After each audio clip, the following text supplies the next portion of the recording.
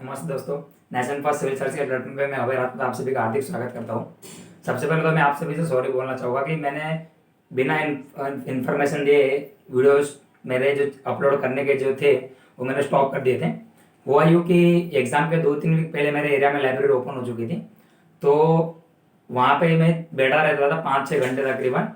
तो मेरा जो वीडियो बनाने का टाइम था, उस टाइम के दौरान मैं अपने यूपीएससी के प्रीलिम्स की तैयारी में इतना इन्वॉल्व हो चुका था कि मैं आपको इन्फॉर्म करना भूल गया कि आपको तकरीबन 2 से 3 वीक वेट करना पड़ेगा। ठीक है।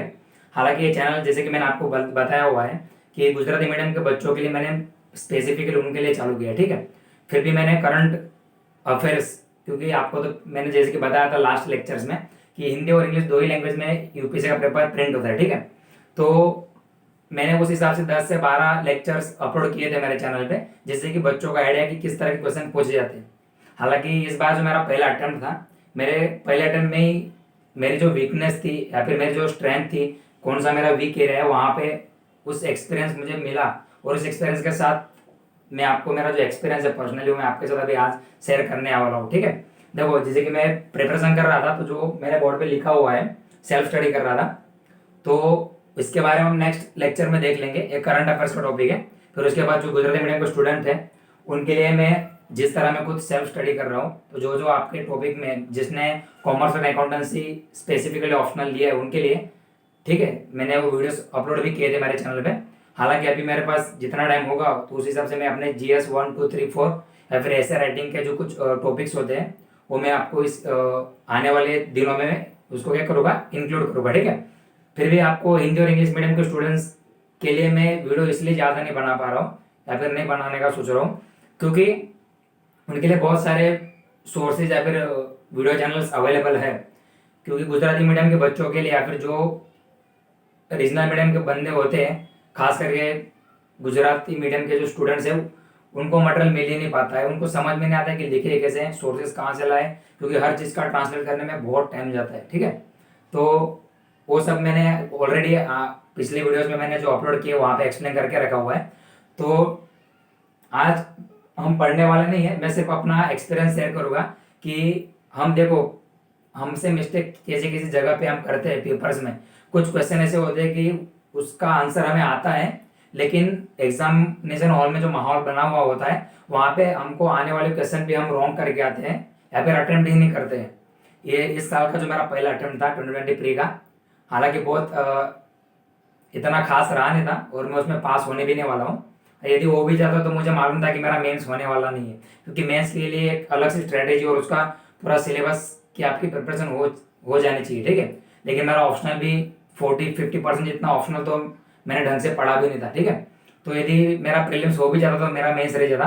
तो मैं आपको कुछ टॉपिक्स या फिर जो कुछ क्लूज देने वाला हूँ आपको, या फिर जो इंपॉर्टेंट चीज़ें हैं जो बच्चे अभी भी अपियर हुए नहीं है, जो प्रिपेयर कर रहे हैं, जैसे कि मैंने आपको बताया था, खासकर गुजराती मीडियम के स्टूडेंट्स।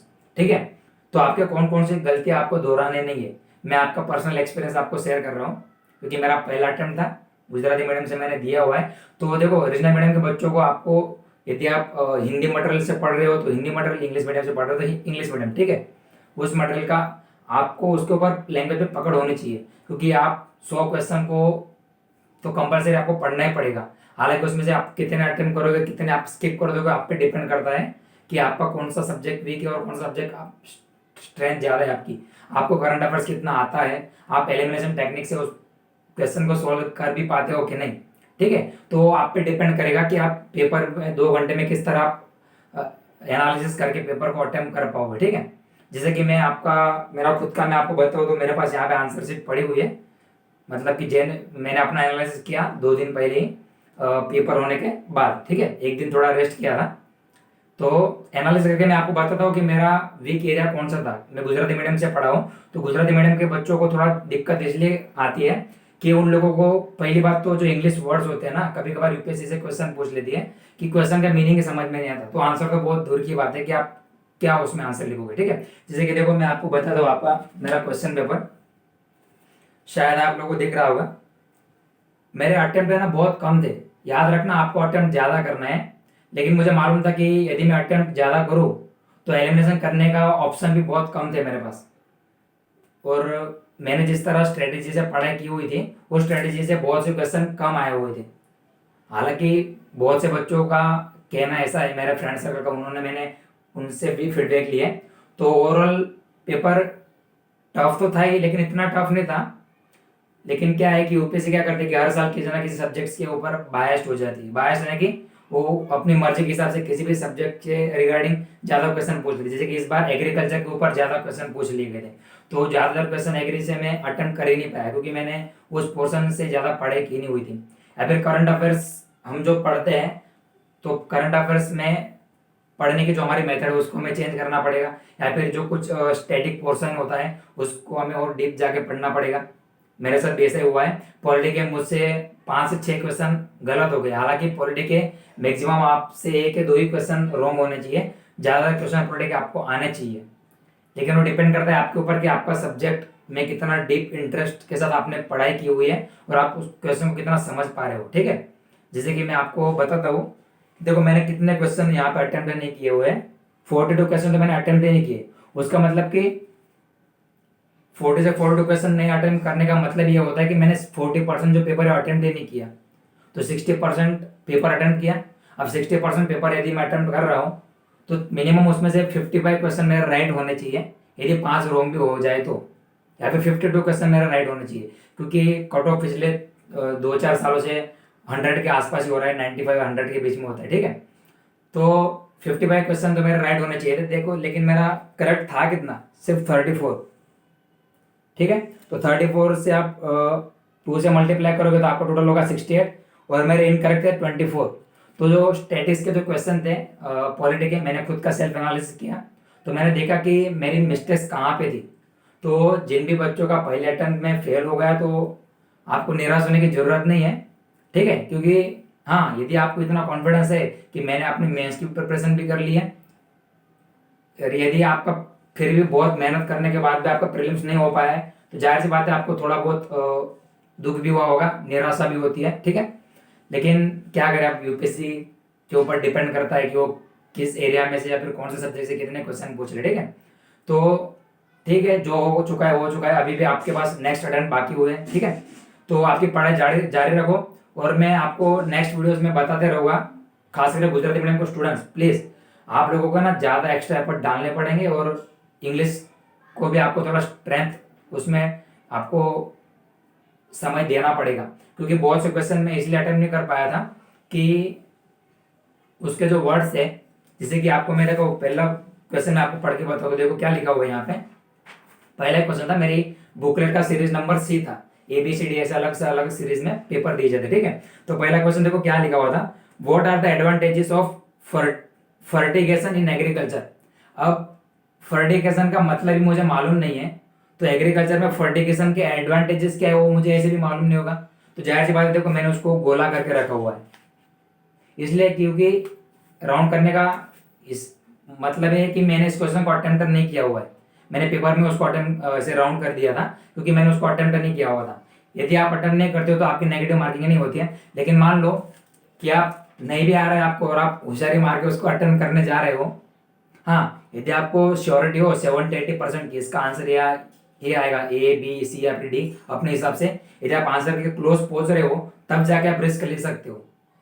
लेकिन मुझे मालूम था कि मेरा इस बार यदि प्री हो भी जाए तो भी मेरा मेंस होने वाला है नहीं, लेकिन फिर भी मैंने ट्राई किया मैक्सिमम 65। मैं सोचा कि टारगेट रखा था मैंने मैक्सिमम में 70 से 75 तक तो भी अटेम्प्ट कर किया होगा। ठीक है, लेकिन नहीं कर पाया। बहुत से उसके रीजन थे, कारण थे। कुछ क्वेश्चन ऐसे थे कि उसमें एनालिटिकली और लॉजिकली बहुत सोचने का था। ठीक है, और जो स्टूडेंट्स या फिर जिन्होंने जिसका यूपीएससी पूरा ओवर हो चुका है, उनके खुद के भी मैंने बहुत से चैनल वालों ने मैंने वीडियो देखे, उन्होंने खुद ने कहा कि प्रीवियस ईयर के कंपैरिजन में इसका का जो पेपर था वो वाकई में थोड़ा टफ था। मतलब कि उनका पेपर पैटर्न समझने में थोड़ा दिक्कत होती है। ठीक है, कि यार उन लोगों ने कहाँ से, मतलब करंट अफेयर्स किस तरह से उन्होंने पूछा है। लेकिन यूपीएससी को आप ब्लेम हम ऐसे भी नहीं कर सकते हैं, क्योंकि हमको हमारे पढ़ाई की मेथड चेंज करनी पड़ेगी, या फिर और थोड़ा डीप में जाके हमको पढ़ना पड़ेगा, गूगल एक्स्ट्रा सर्च करना पड़ेगा। ठीक है, तो होता है अक्सर। तो देखो पहले पहले 1 2 3 4 4 के 4 ही क्वेश्चन मेरे क्या हुए, मुझे आते ही नहीं थे, तो मैंने उसको स्किप कर दिया। ठीक है, तो ऐसे ही बहुत से क्वेश्चन थे मुझे आते थे तो कुछ 4 क्वेश्चन में से 3 आते थे तो एक में डाउट था, तो उसको मैंने एलिमिनेशन कर करके और सोल्व करने का ट्राई किया, तो 34 मेरे राइट थे, 24 इनकरेक्ट हुए, टोटल मेरा 65 आया। हालांकि कट ऑफ वो लोग एक्सपेक्ट कर रहे हैं कि 95 के तकरीबन 100 के बीच में आएगा, जैसे कि हर साल होता है, तो मैं तो ऐसे ही पहले रेस्ट में आउट हो गया। ठीक है, हालांकि सीसेट 2 का जो पेपर था वो मैं अभी रखा नहीं हूँ, मैंने उसका एनालिसिस करना मेरा बाकी है।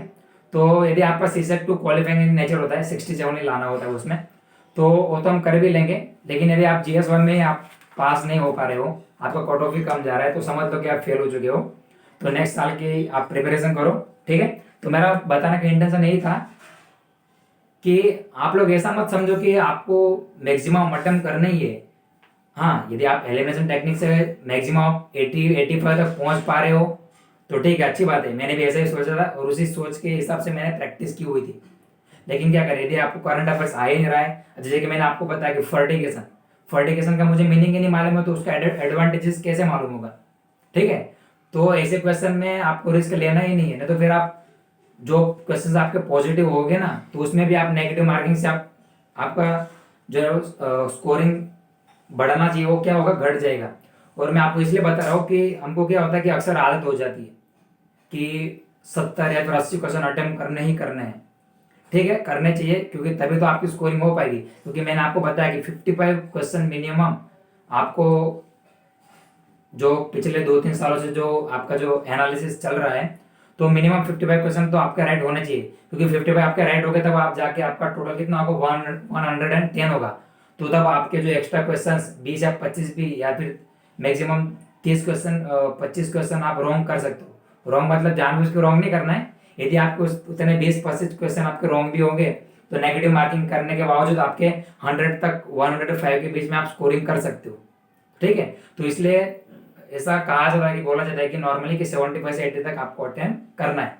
लेकिन मेरा अटेम्प्ट ही इतना कम था, लेकिन आता भी नहीं था, तो होशियारी मार के अटेम्प्ट करने का भी कोई मतलब नहीं था। और यदि शायद कर भी लेता और तुक्केबाजी में पास भी हो जाता, तो मेंस मेरा ऐसे भी नहीं होने वाला था, क्योंकि मेरा ऑप्शनल अभी 45% के आसपास है, 40% मेरा ऑप्शनल बाकी था। और जो भी मैंने पढ़ा हुआ था ऑप्शनल सब्जेक्ट्स, या फिर जो GS में ना मेरा जो पढ़ा हुआ था, वो भी मैंने रिवाइज किया हुआ नहीं था। तो खुद के ऊपर मेरा कम श्योरिटी थी कि मैं प्री होने के बाद भी मेरा मेंस नहीं होने वाला था, उतनी तो श्योरिटी मुझ में थी। तो कोई बात नहीं, जिन भी बच्चों का रह गया है पहले दूसरे अटेम्प्ट में, तो आपको चिंता करने की आवश्यकता नहीं है। और जो बच्चे गुजराती मीडियम से पढ़ रहे हैं, या भी जिनका नेक्स्ट ईयर पहला अटेम्प्ट है, तो याद रखना आपको गलती करनी नहीं है। आपको मैं अभी से वार्न कर रहा हूँ कि आपको थोड़ा डीप में जाकर पढ़ाई करना पड़ेगा, और आपकी है ना, आपको स्पीड बढ़ानी पड़ेगी प्लीज। मैंने देखा कि मेरी खुद का जो स्पीड है ना, वो स्पीड थोड़ा कम है। तो मैं आपको इसलिए आपके साथ एक्सपीरियंस शेयर कर रहा हूँ कि मेरा पहला अटेम्प्ट था, और गुजराती मीडियम के, मैं गुजराती मीडियम से हूँ, और मेरा आंसर राइटिंग का मीडियम है वो भी गुजराती मीडियम है। ठीक है, तो होता यूँ है कि हम कॉलेज तक या फिर 12वीं तक सब जिंदगी के कितने साल गुजराती मीडियम में हमने स्पेंड किए हुए हैं, तो सडनली यदि हम इंग्लिश मीडियम को या फिर हिंदी मीडियम को प्रीफर करते हैं, तो आपको क्या है कि उस सब्जेक्ट के ऊपर आपकी जो पकड़ होनी चाहिए उसमें आपको बहुत टाइम लगता है। ठीक है, तो कोई दिक्कत नहीं है आपको, आपके ऊपर आपको पेशेंस रखना है, कोई चिंता करने की आवश्यकता नहीं है आपको। क्योंकि ऐसा भी होता है कि बहुत बार ऐसा देखा गया है, कई बच्चों का पहले अटेम्प्ट में ही निकल जाते हैं, कुछ लोग लास्ट अटेम्प्ट में निकलते हैं, कई लोगों का सेकंड थर्ड अटेम्प्ट में होता है, और कई लोग का सारे अटेम्प्ट पूरे हो जाते हैं फिर भी वो कर नहीं पाते, इंटरव्यू में ही फेल हो जाते हैं। तो ठीक है, यूट्यूब पे सब कुछ अवेलेबल है, आप सीखो जानो। उस फेलियर जो आपका हो गया उससे आपको सीखने का है। जैसे कि मैंने आपको बताया कि मेरा अटेम्प्ट भी खुद के इतने रॉन्ग है, तो कई बार बच्चों को ऐसा डर लगता है कि यार मैं सही बोलूँ कि रॉन्ग बोलूँ। जैसे कि मैं आपको पब्लिकली बोल रहा हूँ कि मेरे खुद की जो वीकनेस एरिया थी, या फिर जो मेरे अटेम्प्ट का जितने मुझे करने चाहिए उतने मैंने नहीं किए, तो आपको ये गलती नहीं करनी है। जब यदि आपको लगता है कि आपकी मेंस की प्रिपरेशन भी हो गई है और आपको इस बार निकालना ही निकालना है कोई भी हालत में, तो तब जाके आप रिस्क लो, बिंदास रिस्क लो। क्योंकि आप रिस्क नहीं लोगे तो आप ऐसे भी फेल होने वाले हो। ठीक है, क्योंकि मुझे मालूम था कि मेरा मेंस तो होने वाला है नहीं इस साल, तो पहले से ही मैंने ऐसा माइंड में सोच के भी रखा था कि इस बार होने वाला है नहीं। क्योंकि आप अपने आप को झूठा दिलासा दे ही नहीं सकते हो, क्योंकि आप बोलोगे यार इस बार का मेरा प्रीलिम्स होगा, यस अभी मेंस की प्रिपरेशन करूंगा। लेकिन सभी को मालूम है कि मेंस की प्रिपरेशन 3 महीने में होती नहीं है। आपको साल 2 साल 1.5 साल पहले आपने जो ढंग से प्रिपेयर किया होगा स्ट्रेटेजिकली, तभी जाके आपको 3 महीने में रिवीजन करके या फिर कुछ मेंस के आंसर राइटिंग की प्रैक्टिस करोगे, तभी आप मेंस लिख पाओगे, अदरवाइज आपका मेंस होने वाला भी नहीं है।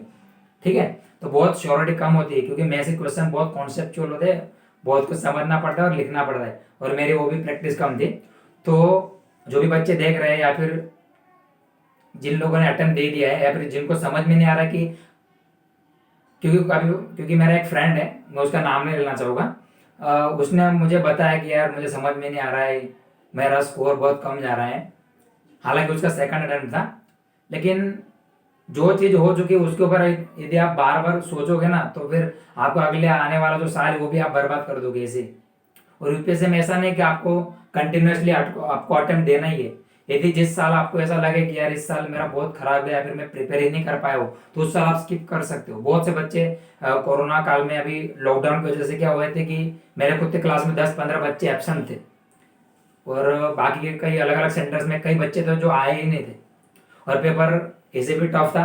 और जिस माइंडसेट से हम प्रिपेयर करके गए थे, तो बहुत से बच्चों के साथ ऐसा हुआ है कि जैसे कि यूपीएससी का नॉर्मली पेपर पैटर्न होता है कि गवर्नमेंट की या फिर इंटरनेशनल ऑर्गेनाइजेशंस की जो रिपोर्ट्स पब्लिश होती है, इंडेक्सेस होते हैं, उसमें इंडिया का रैंक क्या होती है, या फिर जो गवर्नमेंट स्कीम होती है, मेन मेन जो इंपॉर्टेंट स्कीम्स होती है, ठीक है, तो जो हम पढ़ के गए थे उसमें से ज़्यादातर क्वेश्चन आया नहीं थे। जैसे कि आप बजट की बात करो तो बजट से क्वेश्चन नहीं आए थे, इकोनॉमिक सर्वे से नहीं आए थे क्वेश्चन, तो हम सब पढ़ के तो गए थे लेकिन उसमें से नहीं आए। तो यूपीएससी की अपनी मर्जी के ऊपर डिपेंड करता है। हालांकि यूपीएससी कभी भी सिलेबस के बाहर नहीं जाती है। जैसे कि मैंने आपको बताया कि एग्रीकल्चर में से 11 क्वेश्चन आए थे, 10 से 11 क्वेश्चन।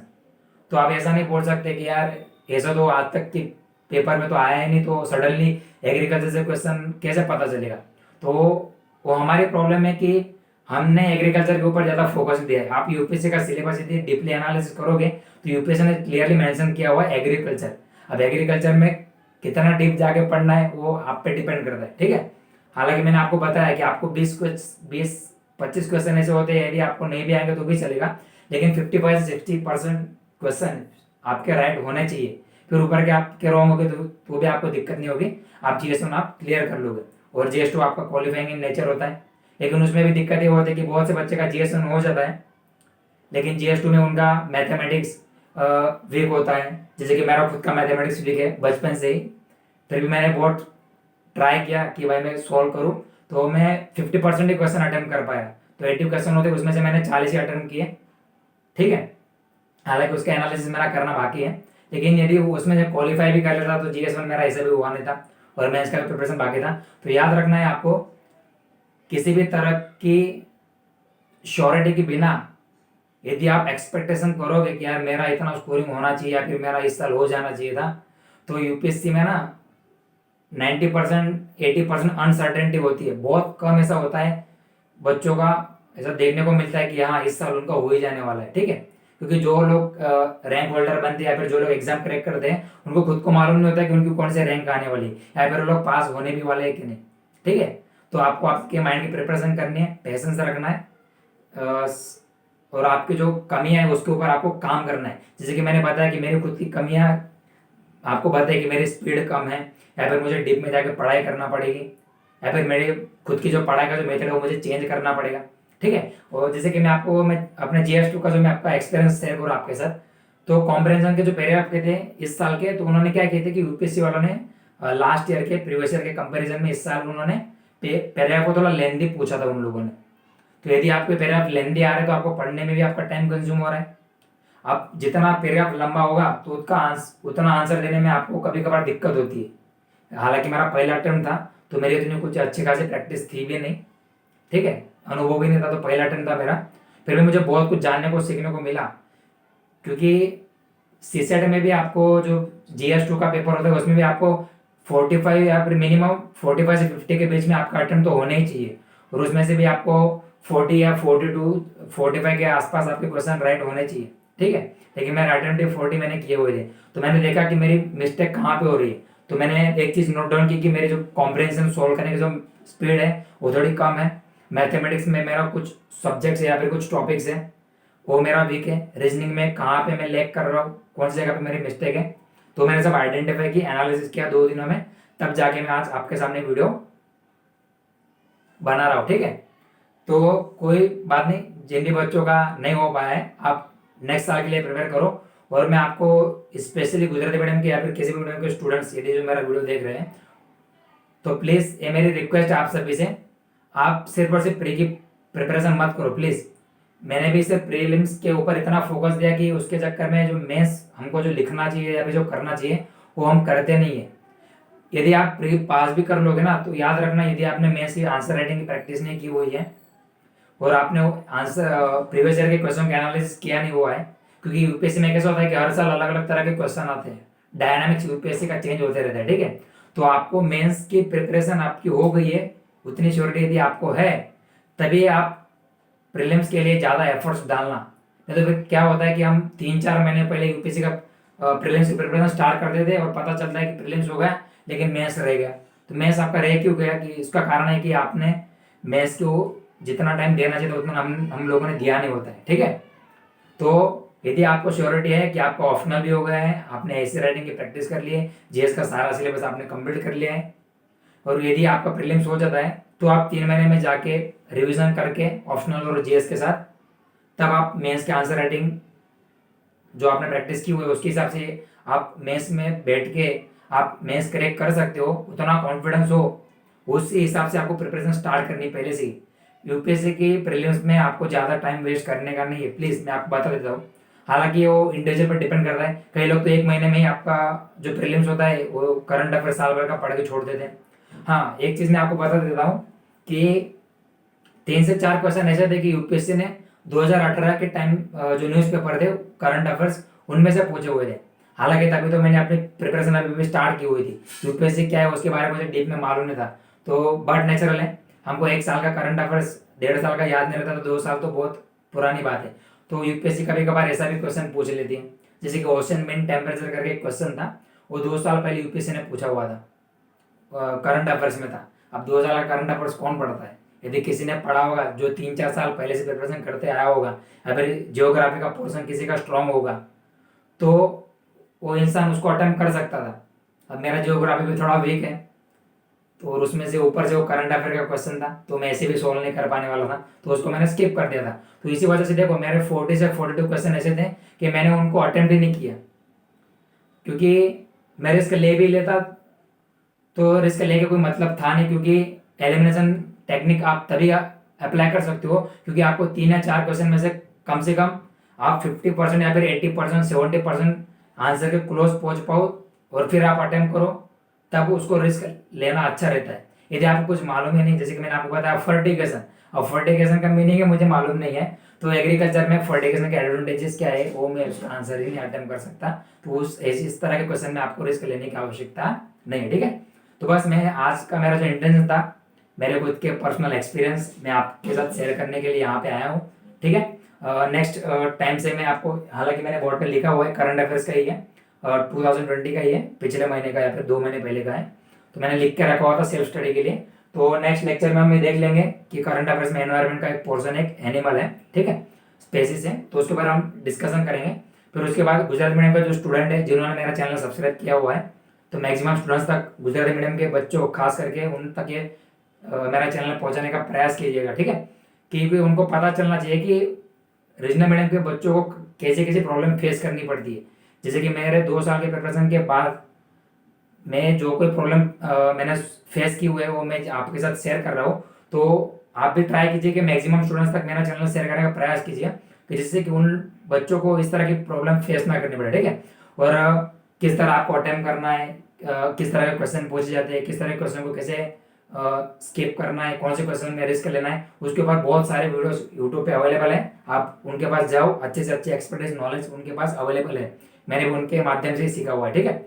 तो ठीक है, नेक्स्ट लेक्चर में हम देखेंगे। और मेरा जो कॉमर्स और अकाउंटेंसी ऑप्शनल जो मैं पढ़ाने हैं इस चैनल के मैंने स्टार्ट किया हुआ है, साथ ही में अभी से मैं प्रयास करूंगा कि जीएस के कुछ टॉपिक्स होते हैं जो, जैसे कि आपका जीएस 1 हो गया, 2, 3, 4, ओके, एथिक्स के कुछ टॉपिक्स हो गए, फिर मेंस आंसर राइटिंग किस तरह लिखी जाती है उसके ऊपर। हालांकि मैं अभी मेंस लिखने के लिए बैठा नहीं हूँ कभी, फिर भी मैं लिखा कैसे जाता है गुजराती मीडियम के बच्चों की मैं बात कर रहा हूँ कि लिखा कैसे जाता है, कि मेंस आंसर राइटिंग स्ट्रक्चर क्या होगा, आपको वर्ड्स किस तरह लिखने हैं, क्योंकि मैंने अपने 1-1.5 साल में बहुत सा टाइम उसमें इन्वेस्ट किया हुआ है, ठीक है, कि कैसे लिखना है, कि या फिर कैसे इंग्लिश मीडियम का न्यूज़पेपर पढ़ के भी, या फिर अलग रीजनल मीडियम के लैंग्वेज जो न्यूज़पेपर होते हैं वो पढ़ के भी आप किस तरह को क्वेश्चन को अटेम्प्ट कर सकते हो, आपको कैसे टर्मिनोलॉजी का यूज़ करना है, ठीक है।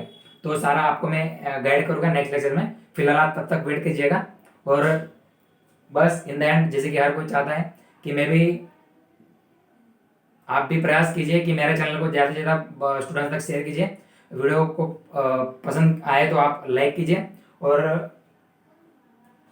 पेशेंस रखिए कि जिन भी बच्चों का हो गया है वो, हालांकि जिनका अच्छे से प्रिपरेशन जिन लोगों ने की हुई है वो तो मेंस के लिखने के लिए बैठ ही गए, लेकिन जिन लोगों का नहीं हो पाया है, अभी भी हमारे पास 8 से 9 महीने, क्योंकि नेक्स्ट ईयर का जो प्रीलिम्स है वो 1 महीना पोस्टपोन कर दिया उन लोगों ने, ठीक है, लेट रखा हुआ है, तो उस वजह से प्रिपरेशन करिए। Okay, so wish you all the best. Thank you. जय हिंद, जय भारत।